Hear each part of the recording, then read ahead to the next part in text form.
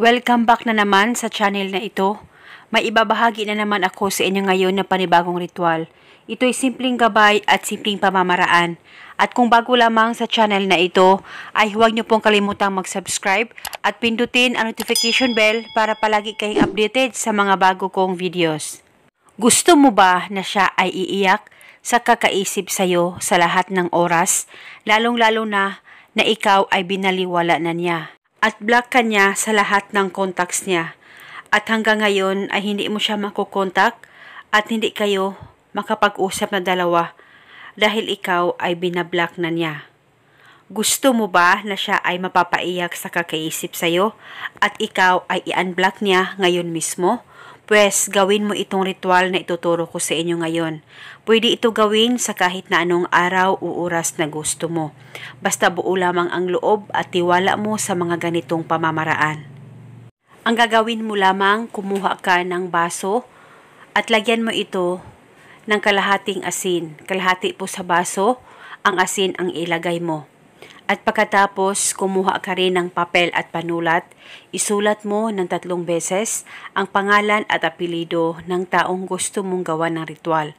At pagkatapos nito, i-roll mo lamang ang papel at itusok ito sa asin na inihanda mo. At nang matusok mo na, hawakan mo ang baso, kunin mo ito, ipikit ang mga mata mo, mag-focus at mag-concentrate ka, pakaisipin mo siya at ibulong mo lamang ang spell na ito.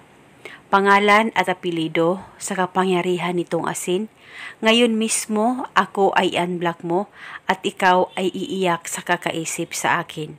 Ibulong mo lamang ito ng 3 beses. Pwede mo dagdagan ang hiling kung gusto mo, wala pong problema.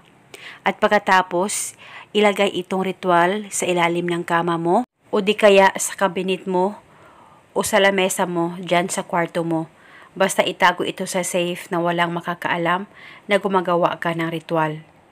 At kung hindi ka naman block sa kanya, ay palitan mo lamang ang hiling na gusto mo na siya ay iiyak sa kakaisip sa'yo, lalong-lalo na hindi kayo okay na dalawa at hanggang ngayon ay hindi pa rin kayo nag-uusap na dalawa. Kaya gawin lamang ang ritual na ito. At pwede mo na ito itapon hanggang 5 o 7 araw. At pwede ka gumawa ulit ng panibago kung gusto mo. Pwede ito bulungan o pwedeng hindi naman, depende na po sa inyo. At eto muna sa ngayon. Maraming salamat po sa panonood.